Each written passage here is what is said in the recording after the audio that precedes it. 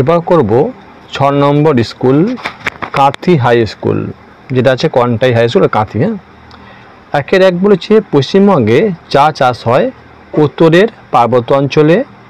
1-2 স্বাধীন ভারতের প্রথম শিক্ষামন্ত্রী ছিলেন আবুল কালাম আজাদ। এটা খুব ইম্পর্টেন্ট, এটা কিন্তু অনেক জায়গায় দেখলাম আছে কোশ্চেনটা। 1-3 ম্যানগ্রোভ গাছের একটি উদাহরণ হলো গরান গাছ।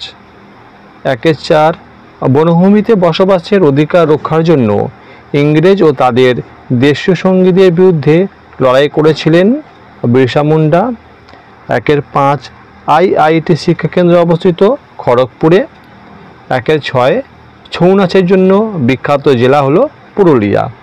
বারাদো পরের পাতাটা। 2-1 গঙ্গা নদীর যে ধারাটি বাংলাদেশে প্রবেশ করেছে তার নাম পদ্মা। 2-2 মুর্শিদাবাদ জেলার সদর শহর বহরমপুর। 2-3 গান্ধীপুরী হলেন মাতঙ্গিনী হাজরা, এটাও অনেক জায়গায় এসছে। 2-4 পাহাড়ি অঞ্চলে সিঁড়ির মতো জমি তৈরি করে চাষ করাকে বলা হয় ধাপ চাষ। সত্য মিথ্যা দেখবে 3-এরগুলো। 3-1 স্বামী বিবেকানন্দ দেশের মানুষকে হাতে কলমে শিক্ষার কথা বলেছিলেন, একবারে সত্য কথা এটা। 3-2 কাটোয়া শহর পশ্চিম বর্ধমান জেলা অবস্থিত, এটাও সত্য। 3-3 বক্সা দুর্গ একসময় ভুটানের অধীন ছিল, এটাও সত্য। 3-4 ইংরেজদের দ্বারা বঙ্গভঙ্গ হয়েছিল 1805, এটা মিথ্যা, কারণ এটা হবে 1905 হবে। 4-এর শর্ট কোশ্চেন আছে। 4-1 পশ্চিমবঙ্গের সর্বোচ্চ শৃঙ্গের নাম কি? সান্দাকফু, এটাও অনেক জায়গায় দেখেছি। 4-2 পশ্চিমবঙ্গের কোন শহরে রেল ইঞ্জিন তৈরির কারখানা আছে? এটা হচ্ছে চিত্তরঞ্জন। 4-3 কোন হিমবাহ থেকে গঙ্গা নদীর সৃষ্টি হয়েছে? উপরে লেখা আছে গঙ্গোত্রী হিমবাহ। 4-4 আজাদ হিন্দ ফৌজকে গঠন করে? উত্তর হচ্ছে নেতাজি সুভাষচন্দ্র বসু। এবার এখানে দেখো লেখা আছে 5-1 অধিক রাসায়নিক কীটনাশক ব্যবহারের 2টি কুফল লেখো। 5-2 লুপ্তপ্রায় মাছ বাঁচিয়ে রাখার 2টি উপায়। আমি এগুলো টাইপ করে লিখেছি, সেগুলো চলে যাচ্ছি। আরও কটা আছে দেখো। 5-3 আছে সুন্দরবনের মানুষের জীবিকা, এটা আমি টাইপ করে লিখেছি। 5-4 এখানে লিখে দিই, ছোটো আছে বলে। কোন কোন নদীর পলিজমে তরাই অঞ্চলের মাটি উর্বর হয়েছে? সেটা হচ্ছে মহানন্দা এবং তিস্তা। তো 5-1-2-3 এখানে লেখা নেই, এগুলো আমি টাইপ করে সুন্দর করে লিখেছি। চলো সেটা তোমাদের দেখিয়ে দিই।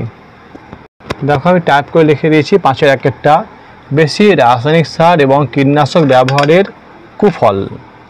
উত্তর হচ্ছে বেশি রাসায়নিক সার দিলে জমির উর্বরতা কমে যায়, ফলে ফলন কমে যায়।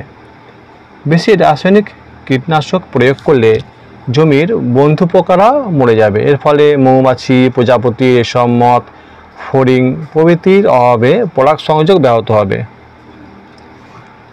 এছাড়া মৌমাছি, রেশম মথের মতো পোকারা মারা গেলে অর্থনৈতিকভাবে আমাদের ক্ষতি হবে।